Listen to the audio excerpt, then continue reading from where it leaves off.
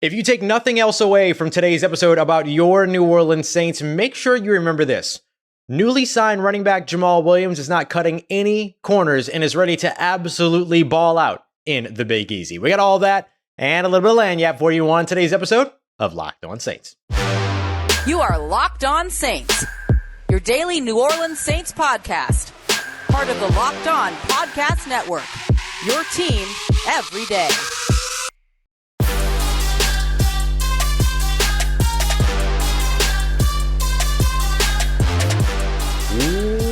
What is good, Who Dat Nation and Who Dat family? Welcome into another episode of Locked On Saints, your daily podcast covering your favorite team, the New Orleans Saints. Part of Locked On Podcast Network, your team every day. Thanks so much as always, making Locked On Saints your first listen of the day every day. And don't forget, you can subscribe and follow for free on YouTube or wherever you get your podcasts so that you never miss the latest episodes. And as always, I am your host, Ross Jackson, at Ross Jackson Nola on Twitter. Your New Orleans Saints expert, credentialed member of the media, senior writer and reporter for the New Orleans Saints over at Saints News Network, or covering the New Orleans Saints over at Saints News Network, Sports Illustrated's Fan Nation site. You can find me, of course, every Tuesday over at Locked On NFL and here with you every single Monday through Friday on Locked On Saints. And on today's episode of Locked On Saints, Dane Brugler of The Athletic did a 7-round mock draft that has some hits and some misses. Should the Saints consider tight end in the first round if the, quote, right player is there? But first, Jamaal Williams is ready to ball out in the Big Easy. Let me tell you a little bit about what Jamaal Williams is doing to get ready for the 2023 NFL season as we get started with our three-piece for the day. So Jamaal Williams, one of his trainers is skills specialist Luke Neal, who posted on Twitter a quick clip of a drill or a workout that Jamaal Williams is taking place in. And of course, there's a whole lot of excitement around who the New Orleans Saints are going to be in 2023, but one of the biggest question marks is like what's going to happen with Alvin Kamara, all that. And so one of the things that the Saints did this offseason to kind of help to alleviate some of that, or at least have a plan in terms of what they're going to look like at running back no matter what happens, is they went out and they signed Jamaal Williams. So Jamaal Williams comes to New Orleans ready to go.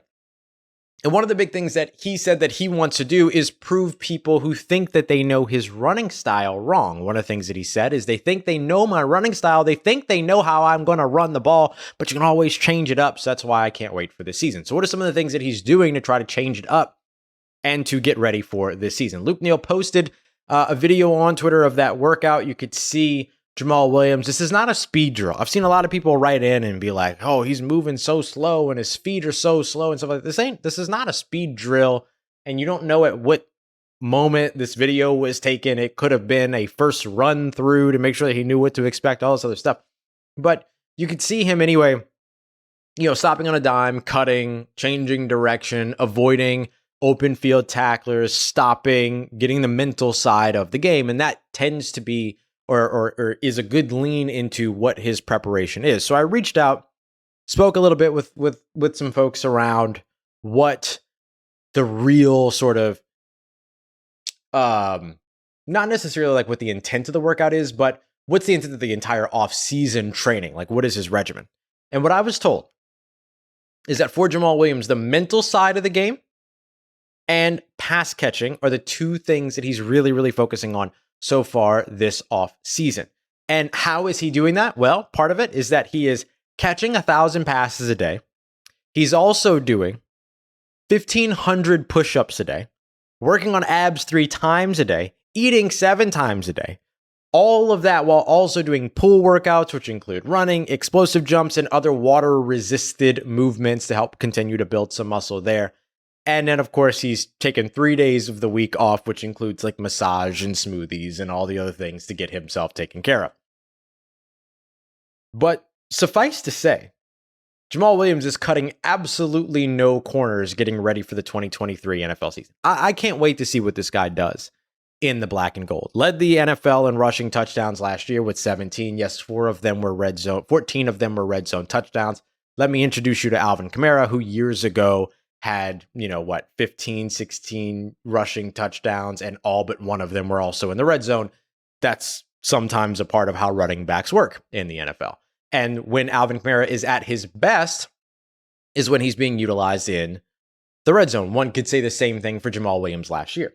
But what Jamaal Williams is setting out to do is to prove that he can do more than that. So catching 1,000 passes a day, he's working on his hands. He's working on becoming a better receiver. One of the other things, which by the way, like we know he did in Green Bay before he went to Detroit, caught 30.5 passes per season there with Aaron Rodgers as the sort of change of pace back, the versatile back in addition to Aaron Jones at the time. I want to read to you another quote here. His body of work this year, this is from Luke Neal. His body of work this year is playing the game from the mental perspective versus the physical, being able to see things quicker and adjust with smooth transitions. He's also working on pass catching skills and abilities. It's going to help him even more in the open field. So that's the mental side of it, is being able to see the field, being able to adjust, recognize a little bit more quickly. And we know the way that the NFL works is that every fraction of a second matters. So when you see him working on these things where he's reading defender leverage, where somebody's swinging a stick, so he has to know like which direction to cut, where to go, how to avoid, how far out is that going to come, what's my safe space, what's my safe zone here, not safe space. That's not, there's no safe space on a football field, but like that's the stuff that he's working on. And so I love the idea of the focus on the mental side of all this as well, to make sure that you're ready for that 2023 NFL season in a system that's going to ask you to do things a little bit differently than you were asked to do in Detroit. And I think that's one of the things that Jamaal Williams is most excited about, is being able to be a part of the New Orleans Saints system and what that means, what he gets to be involved in. More pass catching, more zone runs, more free blockers out in front of him, more tight ends blocking and leading the way, more fullbacks leading the way, things like that. Like all of that is such a selling point for running backs. I mean, Malcolm Brown last year, when I spoke to him in training camp, one of the questions that I asked him was, did you take note of the fact that I know Malcolm Brown didn't hang on and everything like that, but this is still a point here. I asked him, did you take note of the fact that the Saints still utilize fullbacks, and how did that impact your decision when it came to the system and your fit within the scheme? And he mentioned that the addition, or the, let's say, consistent usage of fullbacks by the New Orleans Saints offense was absolutely something that he took note of.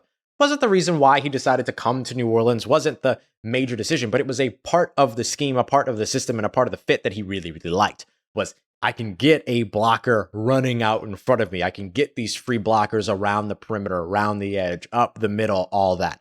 And so you look at Jamaal Williams, who Colin Saunders told me they were joking around while they were walking around and started doing the tour around the team facility. And Colin Saunders was like, hey, to Jamaal Williams, who was behind him during the tour, saying, hey, get used to this because I might have to come out and block for you at some point. Like, that's how much a part of this offense lead blockers are. And that's such a huge benefit to the ball carrier over on the backside of that formation. So when you think about improving the mental aspect, when you think about Jamaal Williams' fit in a system that supports him, his experience working with fullbacks, by the way, Green Bay, Detroit, both teams that also still use fullbacks, developing further as a pass catcher, catching 1,000 passes per day. I don't know if I've caught a football 1,000 times in my life. I'm just kidding. I probably have, but that might be it. I don't know that I've caught a football multiple thousands of times throughout my lifetime. This guy's out here working out 4 days a week, catching a football 4,000 times every week.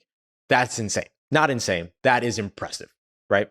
So I love seeing this from Jamaal Williams, seeing, the workouts hit the internet and the hype that it builds up. You see Michael Thomas out there deadlifting 500 plus pounds. Like, everyone's ready. Everyone's ready in New Orleans. But in particular, keep in mind, Jamaal Williams is getting it done and cutting no corners and making sure he's going to be able to be impressive in the black and gold in 2023.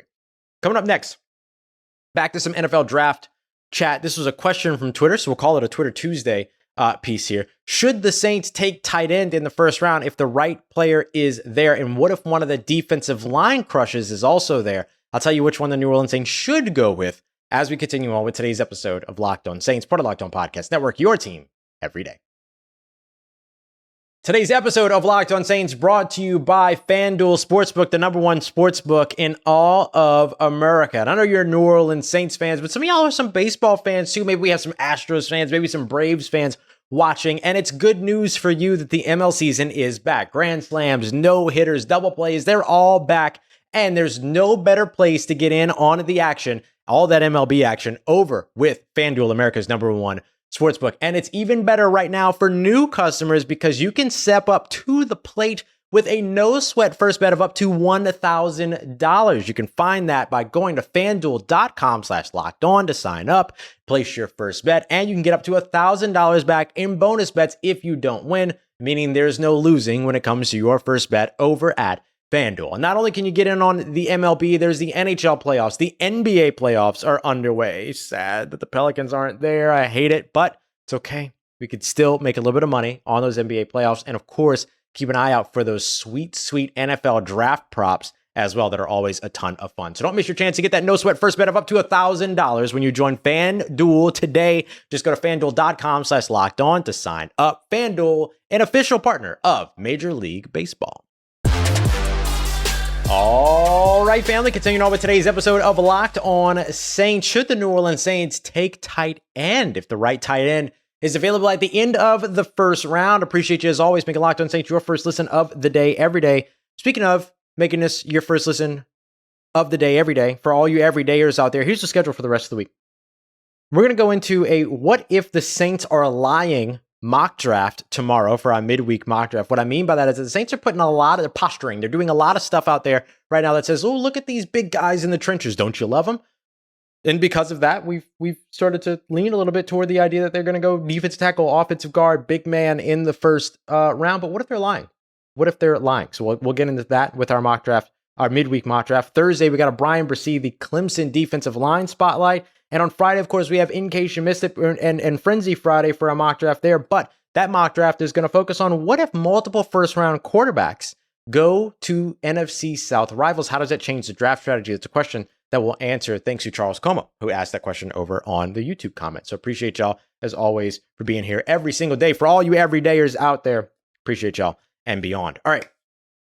So what if it's an itchy nose day, y'all. I'm sorry if you're watching on video. It just is what it is. It's one of those days. I have a lot of energy. I'm talking a lot, and therefore my nose itches. I don't understand the science of it. If there's somebody out there that understands science, tell me. Anyway, when it comes down to the Saints at pick 29, we often look at defensive tackle, sometimes offensive guard O'Cyrus Torrence, the big offensive lineman out of Florida who hasn't allowed a sack in his career, which is pretty insane. In his collegiate career, maybe in high school, I don't know.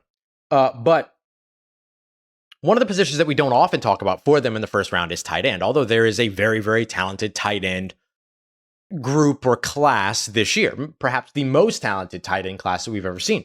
Notre Dame's Michael Mayer right at the top of that, along with like Utah's Dalton Kincaid, Oregon State's Luke Musgrave, Sam Laporta out of Iowa, Darnell Washington, one of my favorites out of Georgia, and beyond. I even mentioned a guy all the way down in the 4th, 5th round that we've talked about a bunch, like Davis Allen, who's got a 91.9 career contested catch percentage at Clemson, which is just stupid numbers.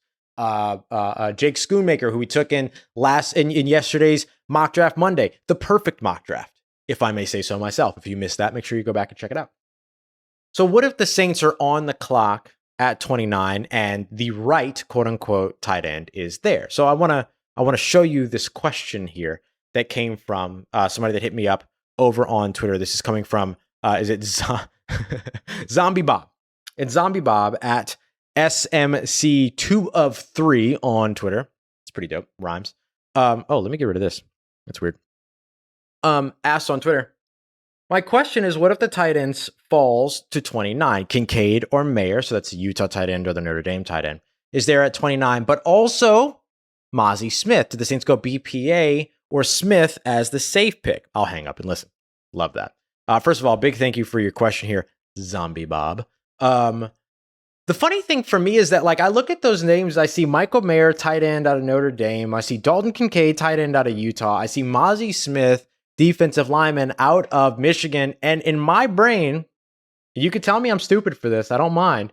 In my brain, best player available that makes sense is Mazi Smith. Now, Dalton Kincaid's really close. I think I like Dalton Kincaid more than I like Michael Mayer, but hey, I like them both. Because again, this tight end class is just stupid good. I think that if that's the case, and all three of those players are there, and let's go a step further. Let's say that Felix Anudike-Uzomah, let's say that Adetomiwa Adebawore is there. Let's say that Jahmyr Gibbs, the running back out of Alabama, is there. I still go Mazi Smith. It just still makes so much freaking sense to me to go with Mazi Smith. It's exactly what you need. And I know that tight end can help you, but tight end's probably not going to help you in 2023. It's going to help you in 2024, 2025. And I understand that as a team building concept of looking 2-3 years in advance. It's effectively what you have to do with every draft prospect in the NFL draft.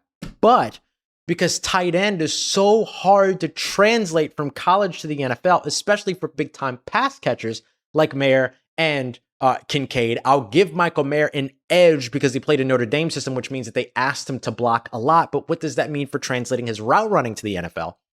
How impactful can he actually be in 2023? That's why I always shy away from tight end in the first round. The three positions I shy away from most in the first round are running back and off-ball linebacker because the value is just not there in the first round. That's second round stuff. And maybe Bijan Robinson is the exclusion to that. He'll probably go first round this year. And tight end, because the time it takes to translate to the NFL game is usually multiple years.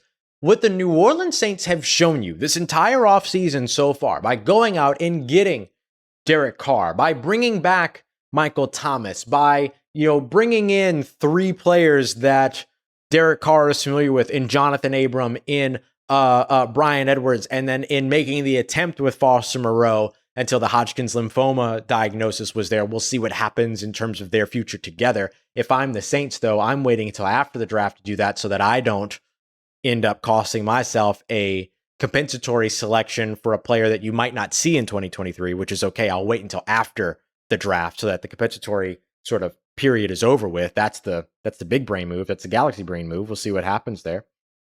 But with all of those moves, what they're telling you is that they intend to compete and they intend to win in 2023. So when you look at the first round selection for the New Orleans Saints, if you're not trading back and adding more picks, and I know the Saints haven't traded back since 2007, I know I cover this team. And I'm just saying, like, if you're not using that pick to move back and adding more picks in the real sweet spot of the draft, which is the second and third rounds, then stick and pick at 29 at the position that you absolutely need improvement at right away, and that you need a player that's going to immediately improve. You can't be making 2-year later, 3-year later selections in the first round when you have somebody that can come in and immediately impact your team in a positive way week 1 of 2023. And that's what I believe Mazi Smith is. So that's why, for me, if I'm the New Orleans Saints and Dalton Kincaid is there, Michael Mayer is there, the two tight ends, Utah, Notre Dame, respectively, and then Mazi Smith out of Michigan, the defensive lineman, is there. I'm taking Mazi Smith out of Michigan 27 times out of 4. Like, I am always doing. Oh, wait, no. I'm taking Mazi Smith 28 times out of 3. There you go. That's for you. So that's the way that I look at it. Like, I love the tight ends. I love this class of tight ends. I love those players and what they're going to bring to the NFL in a couple of years. But if I get Mazi Smith at 29 and then I turn around and get Darnell Washington at 40, I'm stoked. If I get Mazi Smith at 29 and I get, I don't know, Sam Laporta at 40 or Sam Laporta at 71, I'm stoked. You know what I mean? Sam Laporta is probably going to be a top 50 guy, but you get the idea. Like, I can get tight end later. Defensive tackle, I want the guy that's going to impact right now. That's the way I look at it. Great question. Fantastic question. Y'all are coming with the heat this offseason. I absolutely love it. Coming up next, Dane Brugler came with some heat, but then he also came with some not so heat. What, not so hot heat? Not heat. Came with some cold. I don't know how to say it. But anyway, he went through a 7-round mock draft. First 3 picks are absolute fire. Absolute fire. So we're going to take a look at those and how great that haul would be for the New Orleans Saints to start the draft.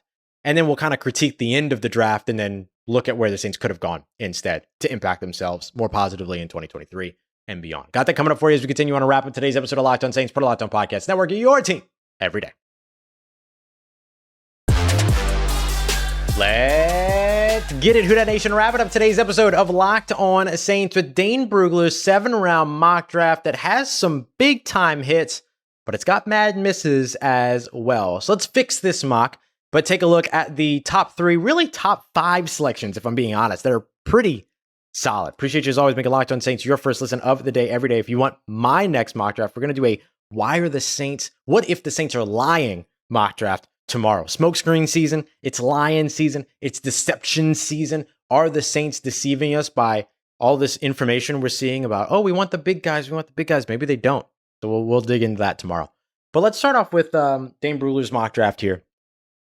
And this is with no trades, but he did every pick across the NFL for the entire mock draft, which is something I dream of doing someday, but will not be doing anytime soon. Pick 29. First round, Mazi Smith, defensive tackle out of Michigan. Okay, we're seeing it more and more again. I want you to focus on these 3 top selections. Round 2, pick 40, Jalen Hyatt, the wide receiver out of Tennessee. That's a good one. Pick 71, Isaiah Foskey, the edge rusher out of New Orleans. Let's stick here for a second. Mazi Smith, Jalen Hyatt, Isaiah Foskey. Yes, and yes for me on this one. I like Cedric Tillman a little bit more than I like Jalen Hyatt for what the New Orleans Saints need. 6'3", 200 plus pounds, a lot of speed, good hands, can be a deep threat, but can also work close to the line of scrimmage. I like all that stuff for you. But one of the other things that the New Orleans Saints could use more of is run after catch ability, run after catch threatness. And I don't feel like they necessarily have that. So you can't have too much speed on an offense. There's absolutely no doubt about that. And I think that one of the biggest criticisms that my perfect mock draft yesterday had was that I didn't take a wide receiver, and that wide receiver depth is not solidified in New Orleans. And I agree with that.